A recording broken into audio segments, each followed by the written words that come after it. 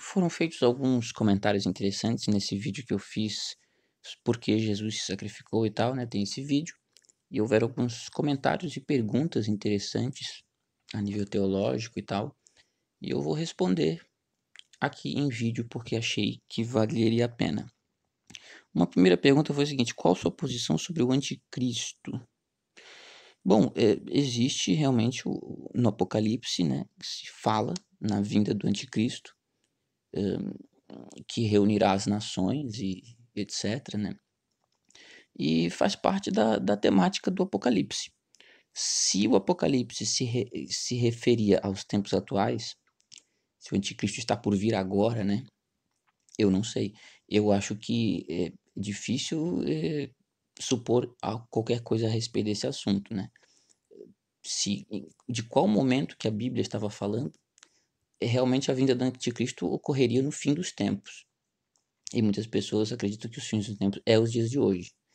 Eu acho que não há como ficar supondo coisas, né? Então, pode ser agora, pode ser em outro momento, pode se tratar realmente de uma alegoria e, e não sei, eu não tenho muita opinião formada sobre isso. O que eu sei é que tem uma galera muito alarmista na internet que todo dia tem coisa na internet dizendo que o anticristo está vindo, e também colocam eh, um monte de gente na papel do anticristo, né? Ó, eu já vi na época do George Bush, o Bush era o anticristo, depois o Obama foi o anticristo, o Ratzinger foi o anticristo, agora uma galera acha que o Ratzinger, o Papa Ratzinger, né? Agora uma galera acha que o Papa Francisco é o anticristo, o Macron já foi colocado como anticristo, sabe? Cada hora o pessoal elenca alguma personalidade para ser o anticristo. Eu acho que talvez, um pensamento meio bobo que eu tenho aqui, é que o dia que a robótica avançar ao ponto, a ciência avançar, né, ao ponto de criar uma consciência, né, que é o... Estamos longe disso, mas imagina o dia que criarem uma singularidade, que criarem uma consciência. Talvez essa consciência seja o anticristo. Não sei. Acredita nisto e para você... Tá. E para você, existe o céu e o inferno? Bom, céu e inferno é, é mais complexo na Bíblia, né? Existem várias terminologias. No Velho Testamento é Sheol, hum, existe paralelos com o Hades da mitologia grega. Hum, não é simples assim, o céu e o inferno. Inclusive, céu e inferno não designam locais físicos, né? Como se o céu fosse ali, nas nuvens, e o inferno embaixo da terra, né? A gente sabe que embaixo da terra tem lava, né, e o núcleo do planeta. E acima tem a atmosfera. Então, quando se fala em céu e inferno, não está se falando propriamente de lugares físicos, mas em lugares hipotéticos ou conceituais, né? A ideia de que, conforme as nossas ações na vida, nós teremos consequências após a morte, né? Ou seja, alguma espécie de julgamento ou de... O purgatório mesmo eu acho que nem existe na Bíblia, é mais uma tradição da Igreja Católica. Mas o céu é utilizada essa palavra para designar o paraíso, para designar a morada de Deus. E o inferno para designar algo parecido com Hades ou com eh, o mármore do... Como é que eles falam, né? O lago de fogo, né? São interpretações que os antigos tinham, né? E que escreveram na Bíblia. São metáforas, são alegorias para tentar compreender, para tentar externalizar a ideia de que existem possíveis realidades após a morte, né? Então, é complexo. Deixa eu ver o que mais. Aqui tem um camarada, gente finíssima, conhecido e amigo, que falou sobre o seguinte, assim: apesar de eu ser esotérico, vi uma ótima abordagem de sua parte. Minha única divergência de entendimento é que muitos no passado, no presente e no futuro jamais conheceram Jesus e considerarmos que todos os pagãos não são merecedores do paraíso. Veremos uma injustiça tremenda por parte do Criador. O mesmo ocorre com a suposta revolução dos anjos que só existe no cristianismo. Se Deus sabia que Lúcifer se tornaria um demônio, junto de seus seguidores por invejar o homem foi mais uma sacanagem divina. Bom, vamos ver aqui ali sobre Jesus, né? Que no passado, no presente e no futuro, as pessoas que não conheceram Jesus, como é que fica, né? Não são dignos do paraíso, etc. Eu acho que é um entendimento, não é universal esse entendimento, é um entendimento local, né? Quer dizer, um entendimento ali na Bíblia, uma passagem, um, onde os antigos, né, as pessoas que escreveram, estavam querendo dar vazão algum sentido a isso.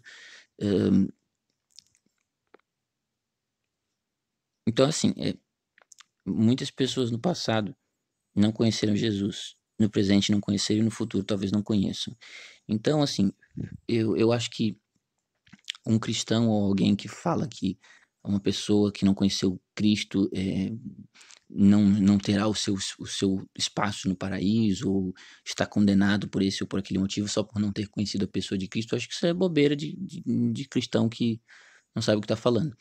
Eu penso da seguinte forma: quem não conheceu a Cristo não pode amá-lo, não pode aceitá-lo como o seu amigo íntimo, né? Como aquele que morreu por nós. Não conheceu, não conheceu. Agora, a questão não é os que não conheceram, a questão é os que conheceram. A pessoa que teve a oportunidade de conhecer o martírio de Cristo, de conhecer a sua filosofia e de conhecer e de saber que ele morreu por você, e mesmo assim não aceitar esse sacrifício, aí, aí é mais complicado, tá entendendo? Por exemplo, vocês aqui. Vocês aqui conhecem, compreendem, eu estou explicando para vocês que Jesus Cristo se sacrificou por nós, e mesmo sabendo dessa informação, você negar, aí é que mora o problema. E não as pessoas que não conheceram. As pessoas que não conheceram, Deus sabe o que faz com elas, Deus sabe de todas as coisas. Agora, os que conhecem e negam, aí já são outros 500. Eu acho que é nisso que a gente tem que se focar. Depois fala sobre, ele fala ali, ele comenta que Lúcifer, cadê? O mesmo ocorre com a suposta revolução dos anjos que só existe no cristianismo. A revolução dos anjos, né, a história, Arcanjo Miguel, Arcanjo Gabriel, Lúcifer que passou a amar a si próprio, né, e a inveja de Lúcifer contra o homem, e a queda de Lúcifer do paraíso e tudo mais, né, isso eu levo mais essa história toda como uma alegoria, uma tentativa que os povos antigos e os indivíduos que estiveram por trás do labor da Bíblia, né, alegorias para tentar explicar questões sutis, assim como Eva e Adão, né. Eu já fiz até um vídeo sobre Eva e Adão, em que eu não creio que Eva e Adão existiram de fato, essas duas pessoas fisicamente, tá entendendo? E que o jardim do Éden, onde ficava Eva e Adão, seja um local físico que você pode encontrar no planeta Terra ou em algum lugar físico esse local. Eu acho que Eva e Adão, por exemplo, se trata de uma alegoria para explicar questões sutis como livre-arbítrio, pecado original. São assuntos delicados e extremamente qual é a abstratos. Quando você tem uma questão muito abstrata que você não encontra palavras para elucidar esse tema, você cria uma alegoria. Por exemplo, a alegoria da caverna de Platão. Platão tinha um assunto, a teoria das ideias dele, para tratar. E era um assunto tão abstrato que houve a necessidade dele desenvolver uma alegoria para poder explicar uma questão abstrata. É isso que se tratam alegorias. Alegorias não são só lendas infundadas. Uma alegoria não é uma lenda. Uma alegoria é a tentativa de você trazer para o âmbito mais comum do ser humano algo que está na esfera do abstrato, que não há palavras para falar sobre a coisa abstrata, você traz para um universo mais comum e aí você consegue encontrar palavras para explicar a coisa, né? Então eu vejo essa história de Lúcifer e dos anjos e tal como uma alegoria para tentar explicar questões sutis envolvendo essa questão. Agora, se existem entidades extradimensionais que trafegam entre as densidades do universo, né? Ou seja, o que os antigos chamavam de anjos, o que hoje alguns chamam de aliens, ou seja, seres extradimensionais, eu acredito que possam existir até. Entidades que trafegam nas múltiplas dimensões. Esse é um outro assunto. Agora, a alegoria de Lúcifer e a queda de Lúcifer, eu acho que se trata de uma alegoria. E uma última questão foi... Esse rapaz aqui também fez uma explanação aqui. Eu não entendi direito exatamente qual a pergunta dele. Ele, na verdade, fez uma explanação sobre uma série de assuntos e eu não cheguei a entender exatamente qual a pergunta em específico.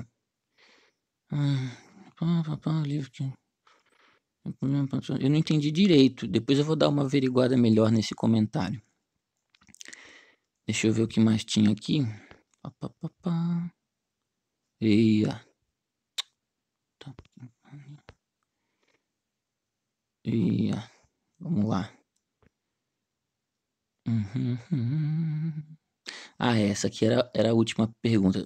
Qual a sua posição sobre islamismo? Sobre Mohammed? Que a paz e bem esteja sobre você.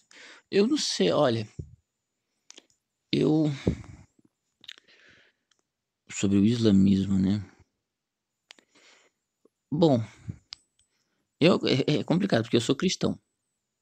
Eu acredito no sacrifício de Jesus pela remissão dos pecados da humanidade. Eu acredito que ele se entregou por nós.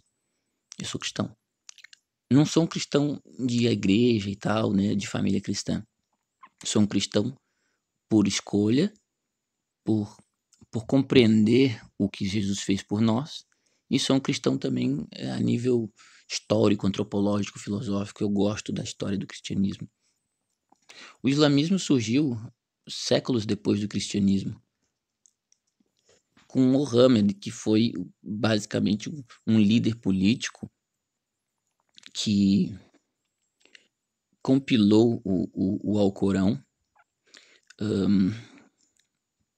aonde é complicado. Eu nem sei como dizer, porque podem haver pessoas aqui no canal que seguem a fé islâmica, né? Então eu não quero ofender ninguém, eu vou só comentar aqui, tá? Não estou julgando nem ofendendo ninguém.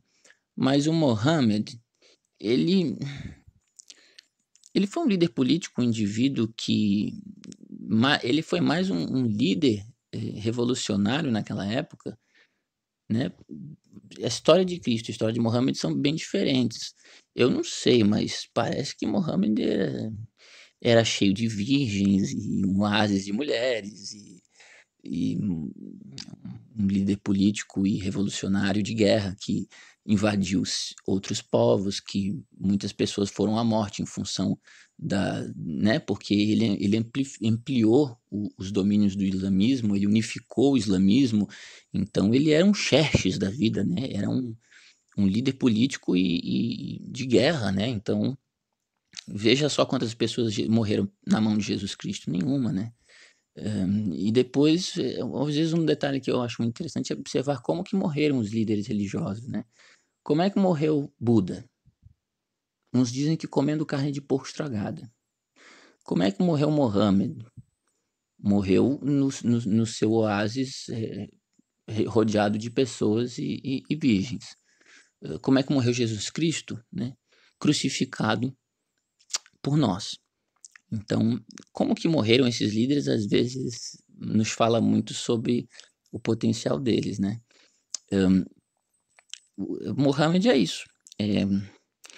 O islamismo, então, é uma religião fundada após o cristianismo, aonde a visão que os islamistas têm de Jesus Cristo é que Jesus é apenas um profeta, dentre a tradição dos profetas judaicos, né? Você tem lá Abraão,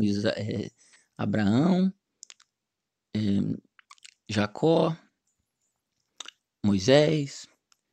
Então, ou seja, uma tradição de profetas, os pais do judaísmo, né?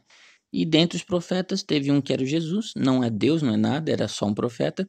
E depois de Jesus vem o principal profeta, que é o Mohammed, Maomé.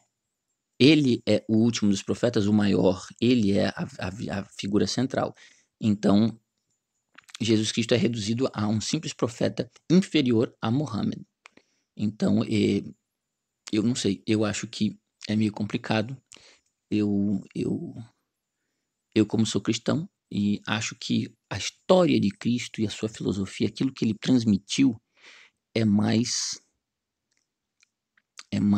existe mais compaixão ali, existe mais empatia ali na história de Cristo, né. A filosofia dele de amar os seus inimigos, né, de dar a outra face, é uma filosofia realmente pura e benigna.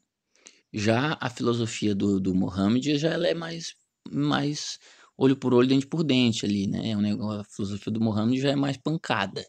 Então, o que gera o quê? Às vezes um extremismo um pouco forte por parte dos muçulmanos, né.